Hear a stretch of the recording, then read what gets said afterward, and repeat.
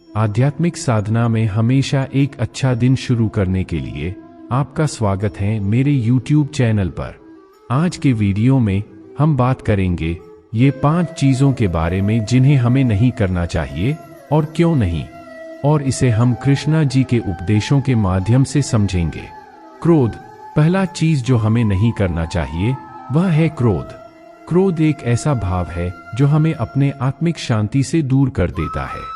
जब हम क्रोधित होते हैं तो हमें विचारशीलता और ध्यान की क्षमता का हानि होता है। कृष्णा जी ने भगवद गीता में कहा है, क्रोध से उत्पन्न होने वाले विकार मनुष्य को इंद्रियों में अधिक बांध लेते हैं, इसलिए हमें क्रोध को अपने जीवन से निकालने की कोशिश करनी चाहिए। क्रोध, जो हमारे जीवन का एक बड़ा हिस्सा है, वास्तव में हमारे जीवन का एक खतरनाक और हानिकारक पहलू है। इस प्रकार कृष्णा जी के उपदेशों के माध्यम से हम जान सकते हैं कि हमें क्रोध से दूर रहना क्यों चाहिए। इस विषय पर विस्तार से जानने के लिए हम इसे विभिन्न पहलुओं में विचार करेंगे। 1. क्रोध का अर्थ और प्रकार। क्रोध का अर्थ है एक उत्तेजना या रोष की भावना। यह एक नकारात्मक भावना है जो हमें अपने आसपास के वातावरण में दुख पहुंचाती है। क्रोध कई प्रकार का होता है, जैसे कि रोष, गुस्सा, क्रोध इत्यादि।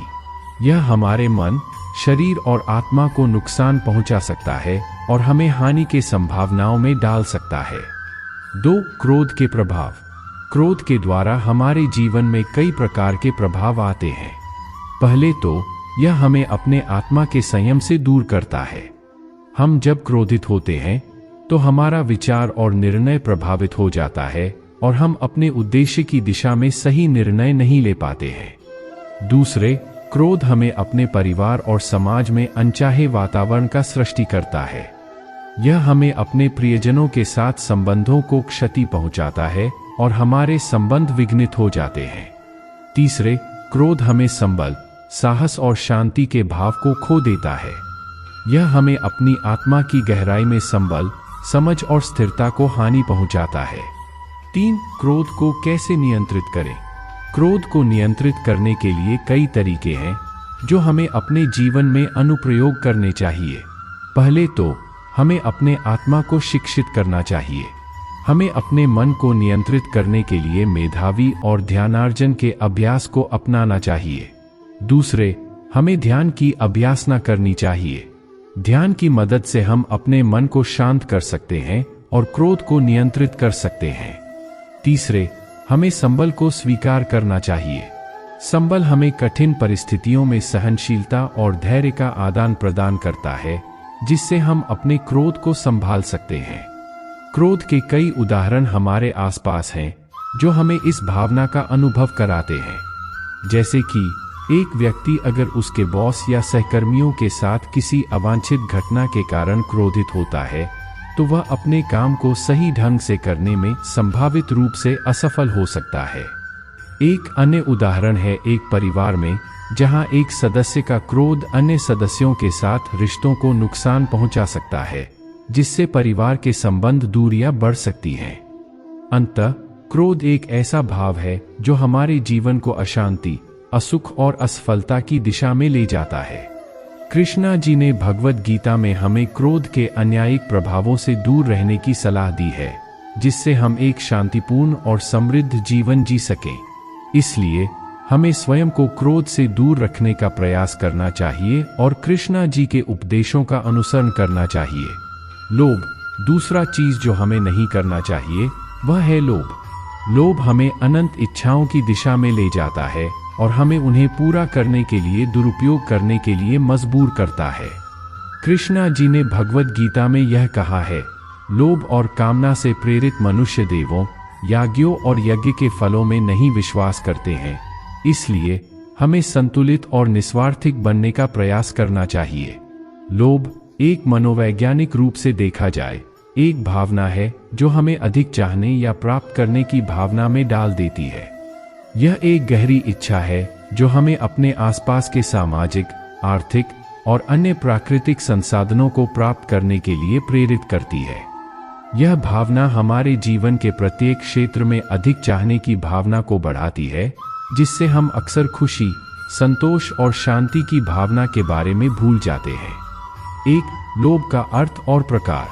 लोभ का मतलब है एक अत्यधिक चाहना या इच्छा की भावना।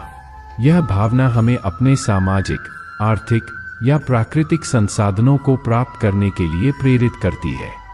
लोभ कई प्रकार के होते हैं, जैसे कि धन लोभ, बाह्य आकर्षण का लोभ और शक्ति लोभ। 2, लोभ के प्रभाव। लोभ के अनेक प्रभाव हमारे जीवन पर पड़ते हैं। पहले तो यह हमें अपने उद्देश्य के संयम से दूर ले जाता है। लोभी व्यक्ति अक्सर अपने हाथों में उचित और गलत की पहचान नहीं कर पाता है और उसके व्यवहार में दोष का अंश बना रहता है। दूसरे, लोभ हमें अपने संबंधों में कठिनाई पहुंचाता है। यह हमारे पारिवारिक और सामाजिक संबंधों को अधिकारी और अन्यायपूर्ण बना देता है। तीसरे, लोभ हमें अपनी स्थिति और संबल से असंतुष्ट बना देता है। 3, लोभ को कैसे नियंत्रित करें। लोभ को नियंत्रित करने के लिए हमें अपने आत्मा की शिक्षा और संयम की आवश्यकता होती है। हमें अपने मन को संयमित करने के लिए ध्यान और ध्यान का प्रयोग करना चाहिए। दूसरे, हमें विवेक का प्रयोग करना चाहिए। हमें लोभ की भावना को समझना चाहिए और उसे समाप्त करने के लिए सकारात्मक कदम उठाने चाहिए। लोभ के उदाहरण अनेक होते हैं जो हमें इस भावना की गहराई को समझने में मदद करते हैं। उदाहरण के लिए, एक व्यक्ति जो अपने धन को लेकर अत्यंत लालची होता है और दूसरों के साथ अधिकतम संभावित उपलब्धियों के लिए नेतृत्व का प्रयास करता है। दूसरे, एक व्यक्ति जो वाणिज्यिक या सामाजिक स्थिति के लिए बड़े प्राधान्य देता है और अपने स्वार्थ के लिए अन्य लोगों को नुकसान पहुंचाता है। लोभ एक अत्यंत हानिकारक और अनावश्यक भावना है जो हमें अपने उद्देश्यों की दिशा में असफल बना देती है। हमें स्वयं को लोभ से दूर रखने का प्रयास करना चाहिए और कृष्णा जी के उपदेशों का अनुसरण करना चाहिए। लोभ की भावना से मुक्ति प्राप्त करने के लिए हमें संतोष और संतुलन की भावना को बढ़ावा देना चाहिए। मोह। तीसरा चीज जो हमें नहीं करना चाहिए वह है मोह। मोह एक अविश्वसनीय अवस्था है जो हमें वास्तविकता से दूर ले जाती है। यह हमें असत्य और भ्रांति में डाल देता है और हमें आत्मा की सत्यता से विचलित कर देता है। कृष्णा जी ने कहा है, जो कुछ भी समाप्त हो जाए उससे मोह नहीं होना चाहिए। हमें सच्चाई को स्वीकार करने और उसमें रहने की क्षमता विकसित करनी चाहिए। मोह एक ऐसी भ्रांति है जो हमें अपने आसपास के वातावरण को अदृश्य और असत्य में उलझाती है। यह हमें वास्तविकता से अलग कर देती है और हमें आत्मिक और आत्मिक शांति से दूर ले जाती है। कृष्णा उपदेश में मोह के हानिकारक प्रभावों के बारे में चर्चा की गई है और हमें इस संदेहपूर्ण भ्रम से मुक्त करने के लिए मार्गदर्शन प्रदान किया गया है। इसलिए हम इस विषय पर विस्तार से चर्चा करेंगे, मोह के प्रभावों को समझेंगे और इसे दूर करने के उपायों को जानेंगे। 1. मोह का अर्थ और प्रकार। मोह एक भ्रांति है जो हमें अपने आसपास के वातावरण को असत्य में उलझाती है। यह हमें वास्तविकता से अलग कर देती है और हमें अपनी आत्मिक स्थिति से अनजान बना देती है। मोह कई प्रकार के होते हैं, जैसे कि आसक्ति, मोह और अविद्या। 2. मोह के प्रभाव। मोह के कई प्रभाव हमारे जीवन पर पड़ते हैं। पहले तो यह हमें वास्तविकता से अलग कर देता है। मोहित होने पर हम अपने आसपास की स्थिति को सही ढंग से नहीं समझ पाते हैं और अपने जीवन में गलत निर्णय ले सकते हैं। दूसरे, मोह हमें अपनी आत्मिक स्थिति से अनजान बना देता है। यह हमें आत्मज्ञान और आत्मसमर्थन की दिशा में ले जाता है। 3. मोह को कैसे नियंत्रित करें। मोह को नियंत्रित करने के लिए हमें अपने मन को शिक्षित करना चाहिए। हमें ध्यान और ध्यान का प्रयोग करना चाहिए ताकि हम अपने आत्मिक स्थिति को समझ सकें। दूसरे, हमें साधना की प्रक्रिया में जुट जाना चाहिए। हमें आत्मसंयम और आत्मज्ञान के माध्यम से अपने आत्मा को समझने की कोशिश करनी चाहिए। मोह के कई उदाहरण हमें हमारे आसपास देखने को मिलते हैं। उदाहरण के लिए, एक व्यक्ति जो अपने संबंधों को सही ढंग से समझ नहीं पाता है और उसे अधिक महत्वपूर्ण मानता है। दूसरे, एक व्यक्ति जो मोह में डूबा होता है और अपनी वास्तविकता से अलग हो जाता है। मोह एक ऐसी भ्रांति है जो हमें अपने आसपास के वातावरण को असत्य में उलझाती है।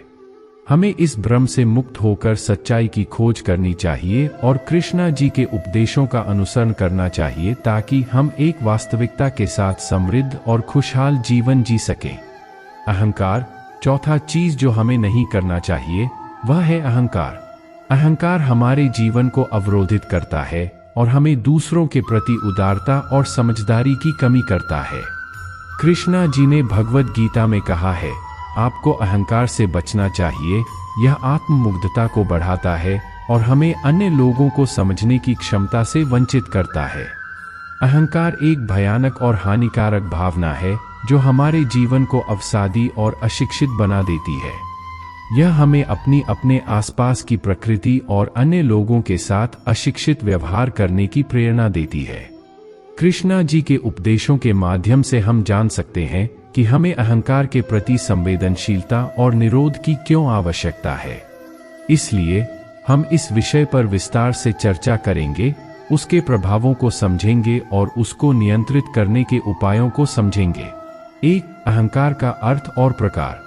अहंकार एक भावना है जो हमें अपने आत्मा को अत्यंत महत्वपूर्ण मानने पर आधारित है। यह एक मानसिक अवस्था है जिसमें हम अपने आत्मा को अधिक महत्वपूर्ण मानते हैं और दूसरों को नीचा दिखाने की कोशिश करते हैं। अहंकार कई प्रकार के होते हैं, जैसे कि अभिमान, गर्व और उबाऊता। 2. अहंकार के प्रभाव। अहंकार के कई प्रभाव हमारे जीवन पर पड़ते हैं। पहले तो यह हमें अपने आसपास के लोगों के साथ अशिक्षित व्यवहार करने की प्रेरणा देता है। अहंकारी व्यक्ति अक्सर दूसरों को नीचा दिखाने की कोशिश करता है और उनके साथ अनुचित व्यवहार करता है। दूसरे, अहंकार हमें अपने आत्मा की महत्वाकांक्षा में डूबने के लिए प्रेरित करता है। यह हमें अज्ञान और असफलता की दिशा में ले जाता है। 3. अहंकार को कैसे नियंत्रित करें। अहंकार को नियंत्रित करने के लिए हमें अपने आत्मा को संयमित करना चाहिए। हमें अपने मन की शिक्षा और ध्यान का प्रयोग करना चाहिए ताकि हम अपने अहंकार को नियंत्रित कर सकें। दूसरे, हमें संवेदनशीलता की क्षमता को विकसित करना चाहिए। हमें दूसरों के भावनाओं को समझने और समाधान करने की क्षमता को विकसित करना चाहिए। अहंकार के कई उदाहरण हमें हमारे आसपास देखने को मिलते हैं। उदाहरण के लिए, एक व्यक्ति जो अपनी सफलता की प्राप्ति पर अत्यधिक गर्व करता है और उसे दूसरों के सामने दिखाने की कोशिश करता है। दूसरे, एक व्यक्ति जो अपने आत्मा को सामान्य व्यक्ति से अधिक महत्वपूर्ण मानता है और उसके साथ अशिक्षित व्यवहार करता है। अहंकार एक नकारात्मक और हानिकारक भावना है जो हमें अपने उद्देश्यों की दिशा में असफल बना सकती है। हमें अपने मन को संयमित करने के लिए प्रयास करना चाहिए और कृष्णा जी के उपदेशों का अनुसरण करना चाहिए ताकि हम एक शांतिपूर्ण और समृद्ध जीवन जी सकें। अशुभ भावना। आखिरकार 5वां चीज जो हमें नहीं करना चाहिए वह है अशुभ भावना। अशुभ भावना हमें नकारात्मक भावनाओं में डूब जाने के लिए मजबूर करती है, जो हमें अपने जीवन के उद्देश्य की दिशा में आगे बढ़ने से रोकती है। कृष्णा जी ने कहा है, सकाम कर्मों का परित्याग करके आप अपने आप को मुक्त कर सकते हैं। इसलिए हमें सकाम कर्मों को छोड़कर सच्चे और निस्वार्थ कर्म करने का प्रयास करना चाहिए। अशुभ भावना एक अत्यंत नकारात्मक भावना है जो हमें अपने आसपास के वातावरण और घटनाओं को नकारात्मक दृष्टिकोण से देखने के लिए प्रेरित करती है। यह हमें अपने आत्मसमर्थन की कमी महसूस कराती है और हमारे जीवन की गुणवत्ता को कम करती है। इसके विपरीत पॉजिटिव और आशापूर्ण धारणाओं की प्रोत्साहना हमें आत्मविश्वास में वृद्धि करती है और हमारे जीवन को सकारात्मकता से भर देती है। एक अशुभ भावना का अर्थ और प्रकार। अशुभ भावना का अर्थ है नकारात्मक धारणाएं या विचार जो हमें घटनाओं और वातावरण को नकारात्मक दृष्टिकोण से देखने पर मजबूर करती हैं। इसमें अनेक प्रकार की भावनाएं शामिल होती हैं, जैसे कि निराशा और अप्रसन्नता। 2 अशुभ भावना के प्रभाव। अशुभ भावना के कई प्रभाव हमारे जीवन पर पड़ते हैं। पहले तो यह हमें आत्मसमर्थन की कमी महसूस कराती है। अशुभ भावना में डूबे व्यक्ति को अपने आप पर विश्वास नहीं होता और वह अपनी क्षमताओं को नहीं समझता। दूसरे, यह हमें अपने जीवन की गुणवत्ता को कम करती है। अशुभ भावना से प्रभावित व्यक्ति अक्सर अपने जीवन में संघर्ष और असंतुष्टि महसूस करते हैं। 3. अशुभ भावना को कैसे नियंत्रित करें? अशुभ भावना को नियंत्रित करने के लिए हमें अपने मन को शिक्षित करना चाहिए। हमें सकारात्मक और आशापूर्ण विचारों को प्रोत्साहित करना चाहिए और नकारात्मक विचारों को दूर करने की कोशिश करनी चाहिए। दूसरे, हमें अपने संगीत, पढ़ाई और समय का उपयोग सकारात्मक और प्रेरणादायक विषयों पर करना चाहिए जो हमें आत्मसमर्थन और आत्मविश्वास में वृद्धि करें। अशुभ भावना के कई उदाहरण हमें हमारे आसपास देखने को मिलते हैं। उदाहरण के लिए, एक व्यक्ति जो अपने काम में सफलता नहीं पा रहा है और उसके काम में नकारात्मकता की भावना है। दूसरे, एक व्यक्ति जो अपने आसपास की स्थिति को हमेशा ही नकारात्मक दृष्टिकोण से देखता है और उसमें कभी भी कुशलता नहीं देखता है। अशुभ भावना एक नकारात्मक और हानिकारक भावना है जो हमें अपने उद्देश्यों की दिशा में असफल बना सकती है। हमें अपने मन को संयमित करने के लिए प्रयास करना चाहिए और कृष्णा जी के उपदेशों का अनुसरण करना चाहिए ताकि हम एक सकारात्मक और समृद्ध जीवन जी सकें। ध्यान दें कि हमें इन चीजों को अपने जीवन से निकालने की कोशिश करनी चाहिए। कृष्णा जी के उपदेश हमें अधिक संवेदनशील और सजीव जीवन जीने की दिशा में मार्गदर्शन करते हैं। यदि आपको यह वीडियो पसंद आया हो तो कृपया इसे लाइक करें, शेयर करें और हमारे चैनल को सब्सक्राइब करें। धन्यवाद।